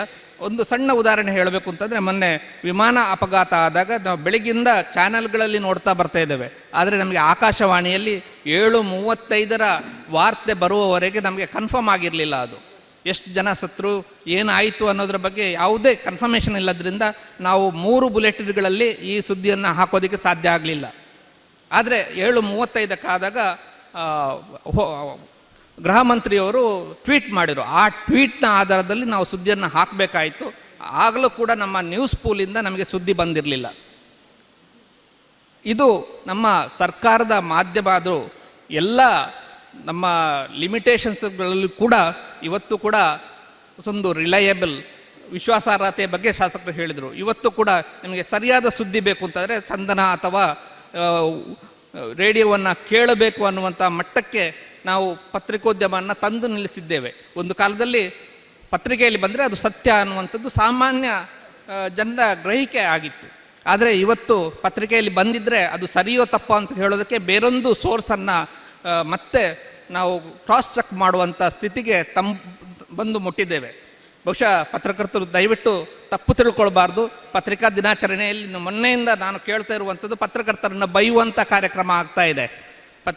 ಪತ್ರಿಕಾ ದಿನಾಚರಣೆಯಲ್ಲಿ ಪತ್ರಕರ್ತರು ಏನು ಮಾಡಬಾರ್ದು ಅನ್ನುವಂಥದ್ದನ್ನು ಹೇಳುವಂಥದ್ದು, ಇದರ ಬಗ್ಗೆ ಖೇದದಿಂದ ಹೇಳಬೇಕಾಗಿದೆ. ನಾವು ಬಹುಶಃ ನಮ್ಮ ಕೆಲವು ತಪ್ಪುಗಳಿಂದಾಗಿ ಇವತ್ತು ತಪ್ಪು ಅನ್ನುವಂಥದ್ದು ಅದು ನಮ್ಮ ಸ್ವಯಂಕೃತ ಅಲ್ಲ. ಯಾಕಂದರೆ ಇದು ಕಾರ್ಪೊರೇಟಾಗಿ ಯಾವಾಗ ಬದಲಾಯಿತೋ ಆವಾಗ ನಮ್ಮ ಸುದ್ದಿಯ ವೇಗ ಹೆಚ್ಚಾದಾಗೆ ನಮ್ಮಲ್ಲೇ ಮೊದಲು ಅನ್ನುವಂಥ ಒಂದು ಸ್ಥಿತಿಗೆ ಬಂದು ತಲುಪಿದಾಗ ಬಹುಶಃ ನಾವು ಸುದ್ದಿಯ ಸತ್ಯದ ಬಗ್ಗೆ ಮತ್ತೆ ಯೋಚನೆ ಮಾಡಿದ ಸುದ್ದಿಯನ್ನು ಪ್ರಕಟ ಮಾಡುವಂಥ ಸ್ಥಿತಿಯಲ್ಲಿ ಇವತ್ತು ನಾವಿದ್ದೇವೆ. ಅದು ಸುದ್ದಿ ನಡೆದು 1 ನಿಮಿಷದ ಒಳಗಾಗಿ ನಮ್ಮ ಚಾನಲ್ಗಳಲ್ಲಿ ಬರಬೇಕು, ಅದು ನಮ್ಮ ಚಾನಲ್ನಲ್ಲೇ ಪ್ರಥಮವಾಗಿ ಬರಬೇಕು ಅನ್ನುವಂಥ ನಿಟ್ಟಿನಲ್ಲಿ ಈ ಎಲ್ಲ ಮಾಧ್ಯಮಗಳು ಇವತ್ತು ಆ ಮಾಧ್ಯಮ ಈ ಮಾಧ್ಯಮ ಅಂತಲ್ಲ, ಆದರೂ ಪತ್ರಿಕೆಗಳು ಒಂದಷ್ಟು ಮಟ್ಟಿಗೆ ತಮ್ಮ ವಿಶ್ವಾಸಾರ್ಹತೆಯನ್ನು ಉಳಿಸ್ಕೊಂಡಿವೆ. ಅದರಲ್ಲೂ ಸ್ಥಳೀಯ ಪತ್ರಿಕೆಗಳು ಇವತ್ತು ಏನಾದರೂ ಸ್ವಲ್ಪ ಆದರೂ ಅದಕ್ಕೆ ಭವಿಷ್ಯ ಇದ್ದರೆ ಸ್ಥಳೀಯ ಪತ್ರಿಕೆಗಳಿಗೆ ಇದೆ ಅನ್ನುವಂಥದ್ದನ್ನು ನಾವು ಗಮನಿಸಬೇಕಾಗಿದೆ. ಯಾಕಂತಂದರೆ ಸ್ಥಳೀಯ ಪತ್ರಿಕೆಗಳು ಮಾತ್ರ ಇವತ್ತು ಓದುಗರನ್ನು ಹೆಚ್ಚಿಸ್ಕೊಳ್ತಾ ಇರುವಂಥದ್ದು. ದೊಡ್ಡ ಪತ್ರಿಕೆಗಳು ಇವತ್ತು ಮನೆಯಲ್ಲಿ ಬಂದು ಬಿದ್ದರೆ ಸಂಜೆ ಹೊತ್ತಿಗೆ ಅದೇ ರೀತಿ ಫೋಲ್ಡ್ ಆಗಿ ಮತ್ತೆ ರದ್ದಿಗೆ ಹೋಗುವಂಥ ಸ್ಥಿತಿಯಲ್ಲಿದ್ದಾವೆ. ಇವತ್ತು ಅಡ್ವರ್ಟೈಸ್ಮೆಂಟ್ಗಳು ಕಡಿಮೆ ಆಗಿದ್ದಾವೆ, ಪುಟಗಳು ಕಡಿಮೆ ಆಗಿದ್ದಾವೆ. ಈ ಸಂದರ್ಭದಲ್ಲಿ ಪತ್ರಿಕೆಗಳನ್ನು ನಡೆಸುವಂಥದ್ದು ಕೂಡ ಅಷ್ಟೇ ಕಷ್ಟದ ಕೆಲಸ ಅನ್ನುವಂಥದ್ದು ನಾವು ಗಮನಿಸಬೇಕು. ನಮ್ಮ ದಕ್ಷಿಣ ಕನ್ನಡದಲ್ಲಿ ಇದಕ್ಕೂ ಒಂದು ಉದಾಹರಣೆ ಇದೆ. ಜನಶಕ್ತಿಯ ಬೆಳೆ ತೆಗೆಯುವಂಥ ಒಂದು ದೊಡ್ಡ ಕೆಲಸವನ್ನು ಒಡ್ಡರ್ಸೆ ರಘುರಾಮ ಶೆಟ್ಟರು ಮಾಡಿದರು. ಇದು ಜನರನ್ನೇ ಷೇರುದಾರನಾಗಿ ಮಾಡಿಕೊಂಡು ಒಂದಷ್ಟು ದಿನ ನಡೆದು ಆ ಪತ್ರಿಕೆ ಕೂಡ ಕಣ್ಮುಚ್ಚಿತ್ತು. ಆದರೆ ಆ ಪತ್ರಿಕೆ ಇವತ್ತು ಇರಬೇಕಾಗಿತ್ತು ಅಂತ ಕೆಲವು ಬಾರಿ ಅನ್ನಿಸ್ತಾ ಇದೆ. ಹಾಗೆಯೇ ನಮ್ಮಲ್ಲಿ ದೊಡ್ಡ ದೊಡ್ಡ ಪತ್ರಕರ್ತರು, ಇವತ್ತು ಪತ್ರಕರ್ತರು ಅಂತ ಹೇಳಿದರೆ ಜನ ಹೆದರುವಂಥದ್ದು ಸ್ವಲ್ಪ ಕಡಿಮೆ ಆಗಿದೆ. ಒಂದು ಕಾಲದಲ್ಲಿ ಮಂಗಳೂರಿನಲ್ಲಿ ಪ್ರೆಸ್ ಕಾನ್ಫರೆನ್ಸ್ ಅಂತಂದರೆ NR ಉಭಯ ಅಥವಾ ನರಸಿಂಹರಾವ್, P ಗೋಪಾಲಕೃಷ್ಣ, ಮನೋಹರ್ ಪ್ರಸಾದ್, ಆನಂತರ ಬೈಕಂಪಾಡಿ, ಈ ಥರದ ದೊಡ್ಡ ಪತ್ರಕರ್ತರು ಬರದೇ ಇದ್ದರೆ ಮುಖ್ಯಮಂತ್ರಿಗಳು ಕೂಡ ಕಾರ್ಯಕ್ರಮವನ್ನು 5 ನಿಮಿಷ ಮುಂದೂಡಿರುವಂಥದ್ದನ್ನು ನಾನು ಕಣ್ಣಾರೆ ಕಂಡಿದ್ದೇನೆ. ಯಜ್ಞ ಅವರು ಬರಲಿಲ್ಲ ಅಂತಂದರೆ ಇನಾಗ್ರೇಷನ್ ನಡೀತಾ ಇರಲಿಲ್ಲ. ಆದರೆ ಹೆಚ್ಚಾಗಿ ಅವರು ಸಮಯಕ್ಕೆ ಸರಿಯಾಗಿ ಬರ್ತಾ ಇದ್ದರು. ಕೆಲವು 2 ಪ್ರೋಗ್ರಾಮ್ ಇದ್ದಾಗ ಯಜ್ಞ ಬರದೇ ಇದ್ದರೆ ಮುಖ್ಯಮಂತ್ರಿ ಕೂಡ ಕಾರ್ಯಕ್ರಮವನ್ನು 5 ನಿಮಿಷ ಮುಂದೂಡಿ ನಂತರ ಇನಾಗ್ರೇಷನ್ ಮಾಡಿರುವಂಥದ್ದನ್ನು ಕೂಡ ನಾನು ಗಮನಿಸಿದ್ದೇನೆ. ಈ ಎಲ್ಲ ನರಸಿಂಹರಾವ್ ಅನ್ನುವಂಥ ಸಣ್ಣಗಿನ ಮನುಷ್ಯ ಒಂದು ಬ್ಯಾಗ್ ಕೈ ಹಾಕ್ಕೊಂಡು ಒಂದು ಸಣ್ಣ ಪ್ಯಾಡ್ ಹಿಡ್ಕೊಂಡು ಪೆನ್ ಹಿಡ್ಕೊಂಡು ಬಂದರೆ ಯಾವ ಮುಖ್ಯಮಂತ್ರಿ ಕೂಡ ಅವರ ಎದುರು ಮಾತಾಡಲಿಕ್ಕೆ ಆಗ್ತಾ ಇರೋಂಥ ದೊಡ್ಡ ಒಂದು ನೈತಿಕ ಶಕ್ತಿಯನ್ನು ಅವರು ಹೊಂದಿದ್ರು. ಅವತ್ತಿನ ಪತ್ರಕರ್ತರಿಗಿದ್ದ ನೈತಿಕ ಶಕ್ತಿ ಬಹುಶಃ ಅವರ ಪ್ರಾಮಾಣಿಕತೆಯಿಂದ, ಅವರ ಸರಳತೆಯಿಂದ ಬಂದದ್ದು ಅನ್ನುವಂಥದ್ದನ್ನು ನಾವು ಗಮನಿಸಬೇಕಾಗಿದೆ. ಇವತ್ತು ಈ ಸಂದರ್ಭದಲ್ಲಿ ನಾನು ಬಹಳ ಮುಖ್ಯವಾಗಿ ಹೇಳಬೇಕಾಗಿರುವಂಥದ್ದು, ಸೋಷಿಯಲ್ ಮೀಡಿಯಾ ಇವತ್ತು ನಮ್ಮ ಎಲ್ಲ ಮಾಧ್ಯಮಗಳನ್ನು ಮೀರಿ ಬೆಳೀತಾ ಇದೆ. ಕಳೆದ ಸಾರಿ ಹೇಳಿದ್ದೆ ನಾನು, ಈ ಮಾಧ್ಯಮವನ್ನು ನಾವು ಸ್ವಲ್ಪ ವಿವೇಚನೆಯಿಂದ ಬಳಸಿಕೊಳ್ಳದೇ ಇದ್ದರೆ ಆ ಮಾಧ್ಯಮದ ಶಕ್ತಿ ಕಳೆದು ಹೋಗುತ್ತೆ. ಬಹುಶಃ ಈ ಎಲ್ಲ ಘಟನೆಗಳನ್ನು ನೀವು ಸದ್ಯ ನಡೀತಾ ಇರುವಂಥ ಘಟನೆಗಳನ್ನು, ನಮ್ಮ ಸುತ್ತಮುತ್ತ ನಡೀತಾ ಇರುವಂಥ ಘಟನೆಗಳನ್ನು ನೋಡಿದ್ರೆ ಸೋಷಿಯಲ್ ಮೀಡಿಯಾದ ಒಂದು ಅವನತಿಯ ಕಾಲ ಪ್ರಾರಂಭ ಆಗ್ತಾ ಇದೆ. ಅದನ್ನು ಕೂಡ ನಾವು ನಂಬದೇ ಇರುವಂಥ ಸ್ಥಿತಿಗೆ ಬಂದು ಮುಟ್ತಾ ಇದ್ದೇವೆ. AI ಬಂದ ನಂತರ ಅಂತೂ ಯಾವ ವಿಡಿಯೋ ಸತ್ಯ, ಯಾವ ಫೋಟೋ ಸತ್ಯ ಅನ್ನುವಂಥದ್ದನ್ನು ಕೂಡ ನಾವು ಯೋಚನೆ ಮಾಡಬೇಕಾದಂಥ ಸ್ಥಿತಿ ಇವತ್ತಿದೆ. ಆದರೆ ಸುದ್ದಿ ಇವತ್ತು ನಮಗೆ ಬಹಳ ಬೇಗ ತಲುಪುತ್ತೆ. ಆದರೆ ನಾವು ಭಾಷೆಯ ವಿಚಾರಕ್ಕೆ ಬಂದಾಗ ಮತ್ತೆ ಯೋಚನೆ ಮಾಡಬೇಕಾಗಿದೆ. ನಮ್ಮಲ್ಲಿ ಶಾಸಕರು ಆಗಲೇ ಕೈ ಎತ್ತಿ ಅಂತಂದಾಗ ಒಂದು 4 ಜನ 5 ಜನ ಕೈ ಎತ್ತಿದ್ರು.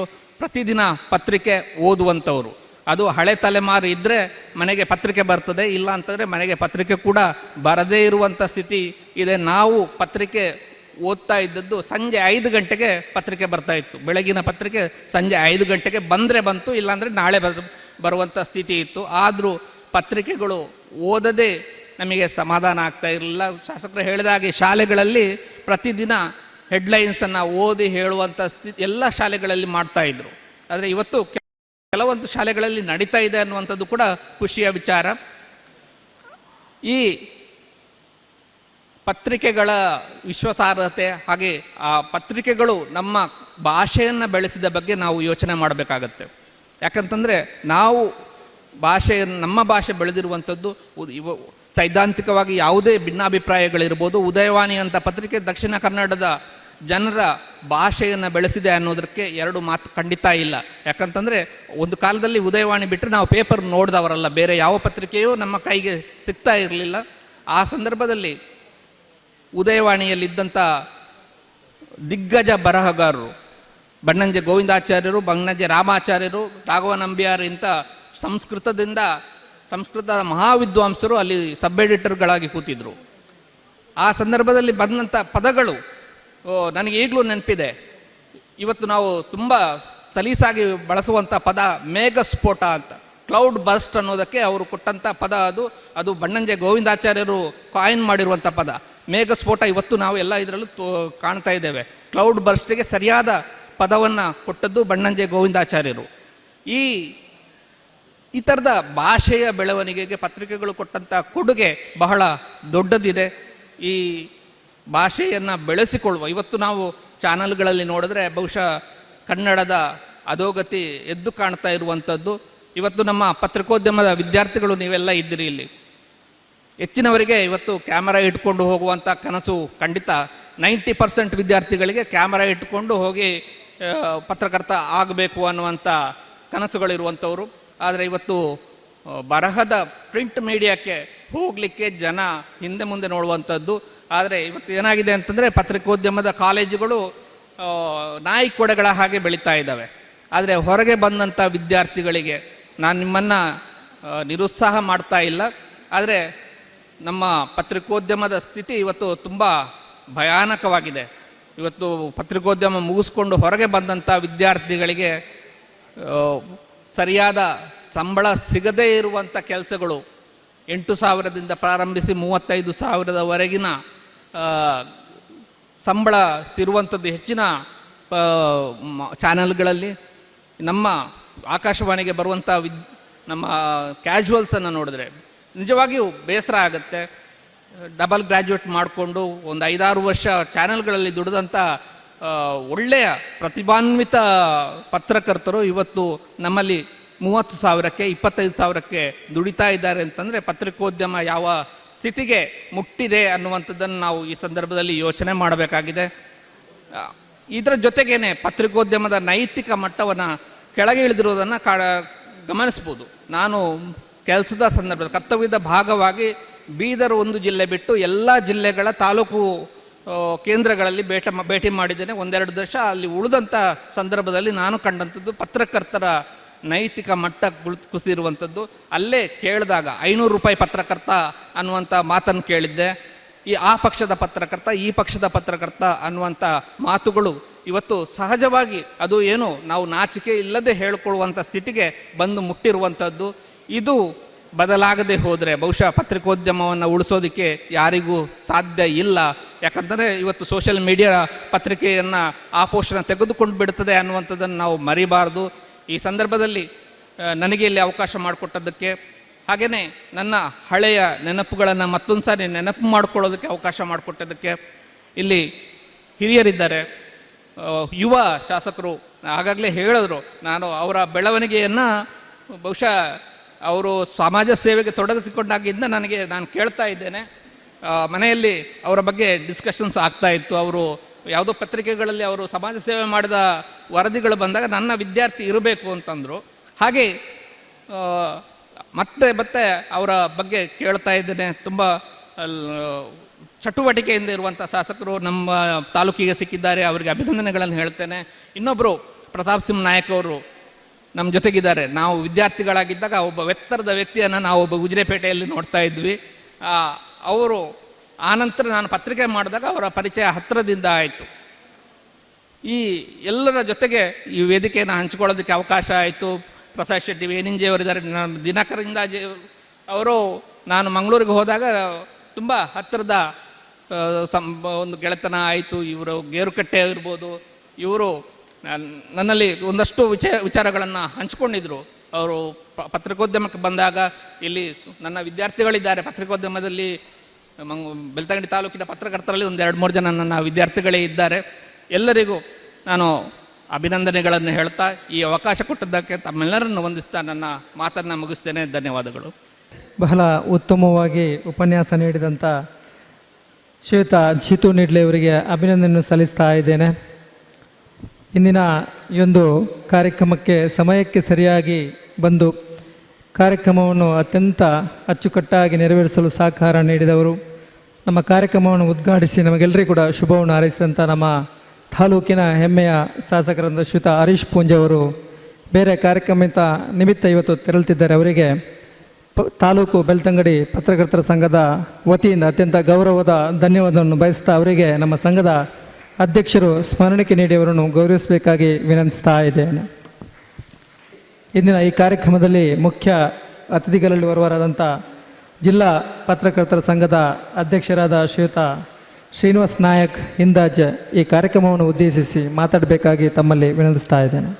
ಆಸೀನರಾಗಿರುವ ಎಲ್ಲ ಗಣ್ಯರೇ ಹಾಗೂ ಮುಂಭಾಗದಲ್ಲಿ ಇರುವ ಎಲ್ಲ ನಮ್ಮ ಆತ್ಮೀಯ ಮಿತ್ರರೇ, ಪ್ರತಾಪ್ ಸಿಂಹ ನಾಯಕ್ ಅವರು ಮಾತಾಡಿದ ಮೇಲೆ ನಾವು ಮಾತಾಡೋದು ಏನಿಲ್ಲ. ನಾನು ಹೇಳಿದೆ ಪ್ರತಾಪ್ ನಾಯಕ್ ಈಗ ಇನ್ನೆಲ್ಲ ನನ್ನ ಭಾಷಣ ಕೇಳಬೇಕಾದ್ರೆ ಬಾಗಿಲು ಹಾಕಬೇಕು ಅಂತ. ಯಾಕೆಂದರೆ ಈಗ ಇದ್ದ ಜನ ಒಂದಿಷ್ಟು ಜನ ಇದ್ದಾರೆ.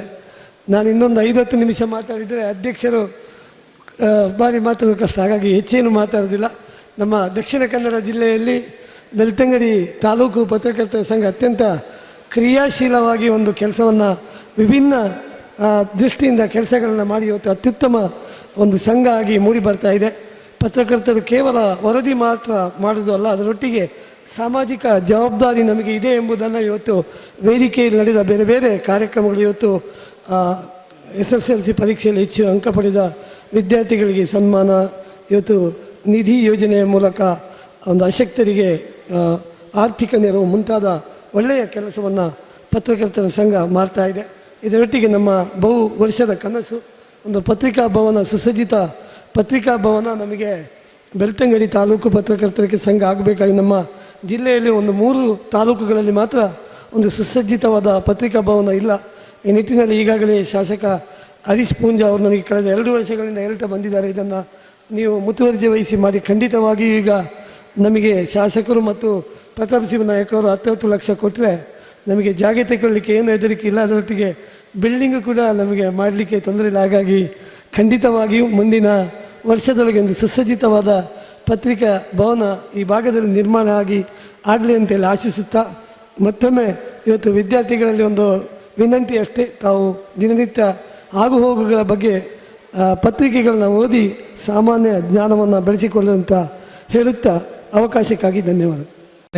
ಜಿಲ್ಲಾ ಪತ್ರಕರ್ತರ ಸಂಘದ ಅಧ್ಯಕ್ಷರಾದಂಥ ಶ್ರೀಯುತ ಶ್ರೀನಿವಾಸ ನಾಯಕ್ ಇಂದಾಜಿ ಅವರಿಗೆ ಕೆಲವೇ ಒಂದು 5-10 ನಿಮಿಷದಲ್ಲಿ ಕಾರ್ಯಕ್ರಮ ಸಮಾಪನಗೊಳ್ಳಲಿದೆ. ದಯವಿಟ್ಟು ಎಲ್ಲರೂ ಸಹಕರಿಸಬೇಕಾಗಿ ಈ ಸಂದರ್ಭದಲ್ಲಿ ವಿನಂತಿಸುತ್ತಾ, ಇನ್ನು ಮುಂದಕ್ಕೆ ನಮ್ಮ ಕಾರ್ಯಕ್ರಮದ ಅಂತಿಮ ಘಟ್ಟ, ನಮ್ಮ ಕಾರ್ಯಕ್ರಮದ ಸಭಾಧ್ಯಕ್ಷರು ಪ್ರಸಾದ್ ಶೆಟ್ಟಿ ಏನಿಂಜೆ ಈ ವರ್ಷದ ಅಧ್ಯಕ್ಷ ಸ್ಥಾನವನ್ನು ವಹಿಸಿಕೊಂಡು ಸುಮಾರು ಸಂಘ ಸಂಸ್ಥೆಗಳ ಮುಖಾಂತರ ಹಲವಾರು ಕಾರ್ಯಕ್ರಮಗಳನ್ನು, ಸಮಾಜಮುಖಿ ಕಾರ್ಯಕ್ರಮಗಳನ್ನು ಆಯೋಜನೆ ಮಾಡಿ ತಾಲೂಕಿನ ಅಭಿವೃದ್ಧಿಯಲ್ಲಿ ತನ್ನನ್ನು ತಾನು ಸಕ್ರಿಯವಾಗಿ ತೊಡಗಿಸಿಕೊಂಡು ತಾಲೂಕು ಪತ್ರಕರ್ತರ ಸಂಘದ ಏಳಿಗೆಗಾಗಿ ಸದಾ ದುಡಿಯುತ್ತಿರುವಂಥ ಈ ವರ್ಷದ ಕ್ರಿಯಾಶೀಲ ಅಧ್ಯಕ್ಷ, ತಾಲೂಕು ಪತ್ರಕರ್ತರ ಸಂಘದ ಅಧ್ಯಕ್ಷರಾದಂಥ ಶ್ರೀಯುತ ಪ್ರಸಾದ್ ಶೆಟ್ಟಿ ಏನಿಂಜಿಯವರು ಅಧ್ಯಕ್ಷೀಯ ನುಡಿಗಳನ್ನಾಡಬೇಕಾಗಿ ತಮ್ಮಲ್ಲಿ ವಿನಂತಿಸ್ತಾ ಇದ್ದೇನೆ.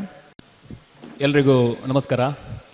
ಈಗಾಗಲೇ ಸಮಯ ಆಗಿದೆ, 1-2 ನಿಮಿಷದಲ್ಲಿ ಅಧ್ಯಕ್ಷ ಭಾಷಣವನ್ನು ಮಾಡಿ ಮುಗಿಸ್ತಿದ್ದೇನೆ. ಇವತ್ತು ಬೆಳ್ತಂಗಡಿ ತಾಲೂಕು ಪತ್ರಕರ್ತರ ಸಂಘದ ವತಿಯಿಂದ ನಡೆಯುವಂತಹ ಈ ಒಂದು ಪತ್ರಿಕಾ ದಿನಾಚರಣೆ ಕಾರ್ಯಕ್ರಮದ ಉದ್ಘಾಟಕರಾಗಿ ಆಗಮಿಸಿದಂತಹ ಹರೀಶ್ ಪೂಂಜಾ ಸರ್ ಅವರೇ, ಅದೇ ರೀತಿ ನಮ್ಮ ಈ ಒಂದು ಕಾರ್ಯಕ್ರಮ ಅಂತ ಹೇಳಿದರೆ ಪ್ರತಿಯೊಂದು ಕಾರ್ಯಕ್ರಮಕ್ಕೂ ನಮ್ಮ ಹಿರಿಯರಾದಂತಹ ಪ್ರತಾಪ್ ಸಿಂಹ ಸರ್ ಅವರು ಬಹಳ ಸಂತೋಷದಿಂದ ಆಗಮಿಸ್ತಾರೆ ಅವರು. ಯಾಕಂತೇಳಿದರೆ ಅವರಿಗೆ ಮೊನ್ನೆ ನಾವು ಅವರ ಇನ್ವಿಟೇಷನ್ ಅವರ ಹೆಸರನ್ನು ಹಾಕುವಾಗ ನಾವು ಅವರಲ್ಲಿ ಕೇಳಲಿಲ್ಲ, ಆದರೂ ನಾವು ಯಾವಾಗಲೂ ಅವರೊಂದು ಹೆಸರು ಹಾಕ್ತೇವೆ. ಅವರು ಇವತ್ತು ಸಮಯಕ್ಕೆ ಸರಿಯಾಗಿ ನಮ್ಮ ಈ ಕಾರ್ಯಕ್ರಮಕ್ಕೆ ಆಗಮಿಸ್ತಾರೆ.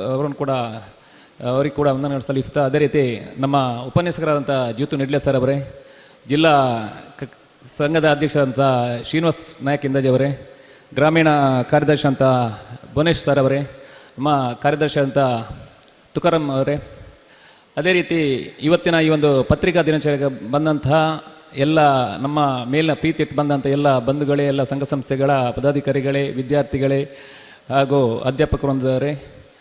ಇವತ್ತು ಬೆಳ್ತಂಗಡಿ ತಾಲೂಕು ಪತ್ರಕರ್ತ ಸಂಘ ಯಾವ ರೀತಿ ಬೆಳೆದು ಬಂದಿದೆ, ಸುಮಾರು 19 ವರ್ಷದ ಹಿಂದೆ ಪ್ರಾರಂಭವಾದಂಥ ಈ ಒಂದು ಸಂಘ ಯಾವ ರೀತಿ ಬೆಳೆದು ಬಂತು ಎನ್ನುವ ವಿಷಯದ ಬಗ್ಗೆ ಪ್ರಸ್ತಾವನೆಯಲ್ಲಿ ನಮ್ಮ ಕಾರ್ಯದರ್ಶಿಯಾದಂಥ ತುಕಾರಾಮ್ ಸರ್ ಅವರು ಎಲ್ಲ ವಿಚಾರಗಳನ್ನು ನಿಮ್ಮ ಮುಂದೆ ಇಟ್ಟಿದ್ದಾರೆ.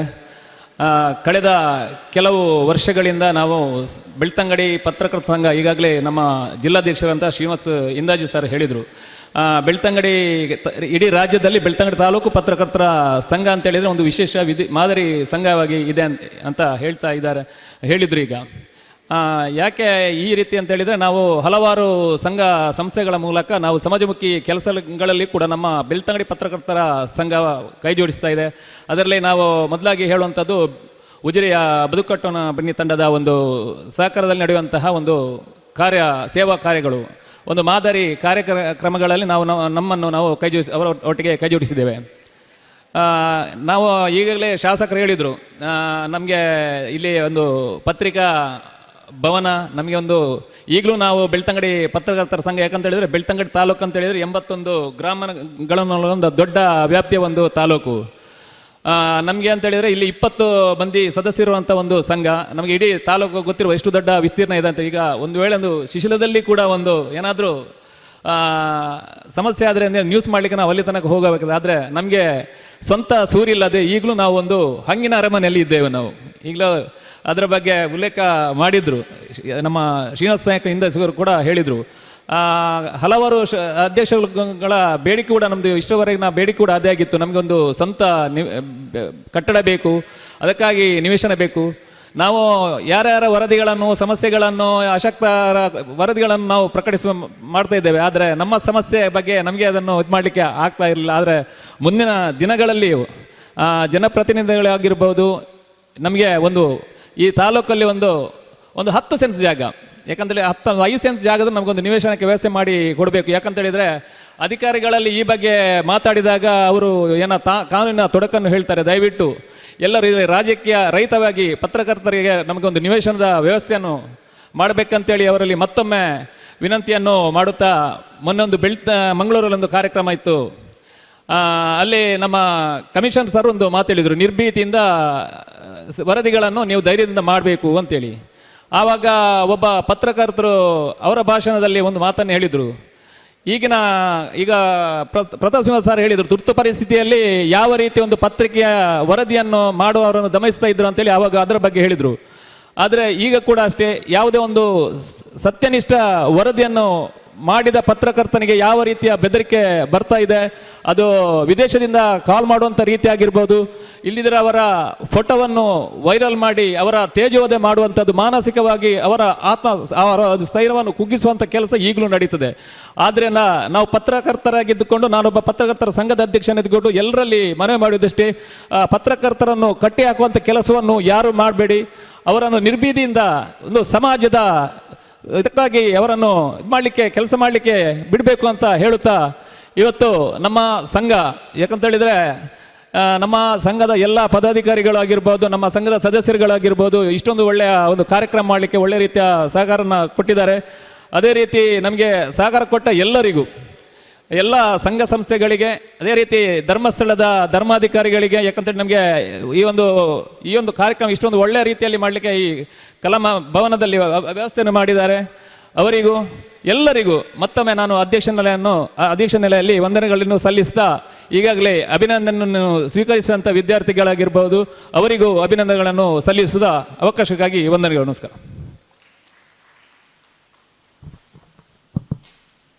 ಬಹಳ ಸೊಗಸಾಗಿ ಮಾತನಾಡಿದಂಥ ನಮ್ಮ ಸಂಘದ ಅಧ್ಯಕ್ಷರಾದಂಥ ಪ್ರಸಾದ್ ಶೆಟ್ಟಿ ಏನಿಂಜಿ ಇವರಿಗೆ ಅದಂಥ ಪ್ರೀತಿಯ ಧನ್ಯವಾದಗಳನ್ನು ಸಮರ್ಪಿಸುತ್ತಾ, ನಮ್ಮ ಇಂದಿನ ಈ ಒಂದು ಕಾರ್ಯಕ್ರಮದಲ್ಲಿ ಶ್ರೀ ಕ್ಷೇತ್ರ ಧರ್ಮಸ್ಥಳದ ಸಿರಿ ಗ್ರಾಮೋದ್ಯೋಗ ಸಂಸ್ಥೆಯ ವ್ಯವಸ್ಥಾಪಕ ನಿರ್ದೇಶಕರಾದಂಥ KN ಜನಾರ್ದನ್ ಸರ್ ಅವರು ಆಗಮಿಸಿರ್ತಾರೆ. ಸರ್, ತಮ್ಮ ಇರುವಿಕೆಯನ್ನು ಗುರುತಿಸ್ತಾ ನಿಮ್ಮನ್ನು ಅತ್ಯಂತ ಗೌರವದಿಂದ ಸ್ವಾಗತಿಸ್ತಾ ಇದ್ದೇವೆ. ಈ ಒಂದು ಕಾರ್ಯಕ್ರಮವು ಸುಮಾರು 2 ಗಂಟೆ ಅವಧಿಯ ತನಕ ನಡೆದಿದ್ದು ಅತ್ಯಂತ ಖುಷಿ ಮತ್ತು ಸಂತೋಷವನ್ನು ತಂದಿದೆ. ಇವತ್ತಿನ ಈ ಒಂದು ಕಾರ್ಯಕ್ರಮದಲ್ಲಿ ಉಪಸ್ಥಿತರಿರುವಂಥ ಎಲ್ಲ ಗೌರವಾನ್ವಿತ ಗಣ್ಯರನ್ನು ಸ್ಮರಣೆಗೆ ನೀಡಿ ಗೌರವಿಸುವಂಥ ಸಮಯ. ಮೊದಲಿಗೆ ನಮ್ಮ ಈ ಒಂದು ಕಾರ್ಯಕ್ರಮದಲ್ಲಿ ವಿಧಾನ ಪರಿಷತ್ನ ಶಾಸಕರಾದಂಥ ಶ್ರೀಯುತ ಪ್ರತಾಪ್ ಸಿಂಹ ನಾಯಕ್ ಇವರಿಗೆ ನಮ್ಮ ಸಂಘದ ಅಧ್ಯಕ್ಷರು ಸ್ಮರಣೆಗೆ ನೀಡಿ ಗೌರವಿಸಬೇಕಾಗಿ ವಿನಂತಿಸ್ತಾ ಇದ್ದೇನೆ. ಅದೇ ರೀತಿ ಜಿಲ್ಲಾ ಪತ್ರಕರ್ತರ ಸಂಘದ ಅಧ್ಯಕ್ಷರಾದಂಥ ಶ್ರೀನಿವಾಸ್ ನಾಯಕ್ ಇಂದಾಜೆ ಇವರಿಗೆ ಕೂಡ ನಮ್ಮ ಸಂಘದ ಅಧ್ಯಕ್ಷರು ಸ್ಮರಣೆಗೆ ನೀಡಿ ಗೌರವಿಸಬೇಕಾಗಿ ವಿನಂತಿಸ್ತಾ ಇದ್ದೇನೆ. ಅದೇ ರೀತಿ ಜಿಲ್ಲಾ ಪತ್ರಕರ್ತರ ಸಂಘದ ಕಾರ್ಯದರ್ಶಿಯಾದಂಥ ಭುವನೇಶ್ ಗೇರುಗಟ್ಟೆ ಅವರಿಗೆ ಕೂಡ ಸಂಘದ ಅಧ್ಯಕ್ಷರಾದಂಥ ಪ್ರಸಾದ್ ಏನಿಂಜಿ ಇವರು ಸ್ಮರಣೆಗೆ ನೀಡಿ ಗೌರವಿಸಬೇಕಾಗಿ ವಿನಂತಿಸ್ತಾ ಇದೆ. ಕಾರ್ಯಕ್ರಮದ ಅಂತಿಮ ಘಟ್ಟ ಈ ಧನ್ಯವಾದ ಸಮರ್ಪಣೆ ನಮ್ಮ ಸಂಘದ ಸದಸ್ಯರಾದಂಥ ಗಣೇಶ್ ಬಿ ಶಿರ್ಲಾಲ್ ಇವರು ನೆರವೇರಿಸಿಕೊಡ್ಬೇಕಾಗಿ ತಮ್ಮಲ್ಲಿ ವಿನಂತಿಸ್ತಾ ಇದ್ದೇನೆ.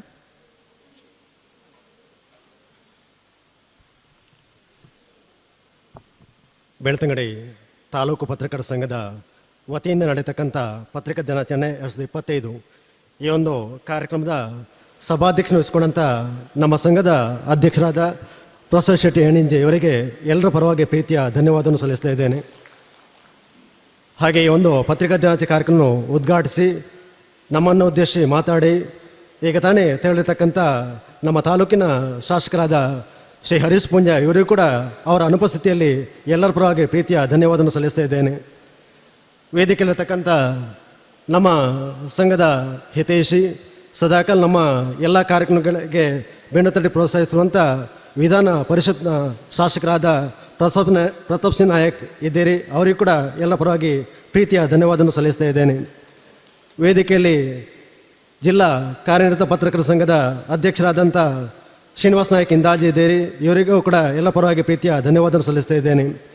ವೇದಿಕೆಯಲ್ಲಿರ್ತಕ್ಕಂಥ ಜಿಲ್ಲಾ ಸಂಘದ ಕಾರ್ಯದರ್ಶಿ, ನಮ್ಮ ಸಂಘದ ಕೋಶಾಧಿಕಾರಿ ಆಗಿರುವಂಥ ಭುವನೇಶ್ ಗೆರ್ಕಟ್ಟೆ ಇದ್ದೀರಿ. ನಿಮ್ಮ ಕೂಡ ಪ್ರೀತಿಯ ಧನ್ಯವಾದವನ್ನು ಸಲ್ಲಿಸ್ತಾ ಇದ್ದೇನೆ. ಹಾಗೆ ವೇದಿಕೆಯಲ್ಲಿರ್ತಕ್ಕಂಥ ನಮ್ಮ ಸಂಘದ ಕಾರ್ಯದರ್ಶಿ ತುಕಾರಾಮ್ ಬಿ, ತಮ್ಮ ಕೂಡ ಎಲ್ಲ ಪರವಾಗಿ ಪ್ರೀತಿಯ ವಂದನೆ ಸಲ್ಲಿಸ್ತಾ ಇದ್ದೇನೆ. ಹಾಗೆ ನಮ್ಮ ಈ ಒಂದು ಕಾರ್ಯಕ್ರಮಕ್ಕೆ ಪ್ರತಿ ವರ್ಷ ಕೂಡ SDM ಪತ್ರಿಕೋದ್ಯಮ ವಿಭಾಗದ ವಿದ್ಯಾರ್ಥಿ ಕರ್ಕೊಂಡು ಬಂದು ನಮಗೆ ತುಂಬ ಹೃದಯದ ಸಹಕಾರ ನೀಡುತ್ತಾ ಬಂದಿರುವಂಥ ಪತ್ರಿಕೋದ್ಯಮ ವಿಭಾಗದ ಮುಖ್ಯಸ್ಥರಂಥ ಡಾಕ್ಟರ್ ಭಾಸ್ಕರ್ ಹೆಗ್ಡೆ, ಹಾಗೆ ಪತ್ರಿಕೋದ್ಯಮ ವಿಭಾಗದ ಎಲ್ಲ ವಿದ್ಯಾರ್ಥಿ ಕೂಡ ಪ್ರೀತಿಯ ವಂದನೆಯನ್ನು ಸಲ್ಲಿಸ್ತಾ ಇದ್ದೇನೆ.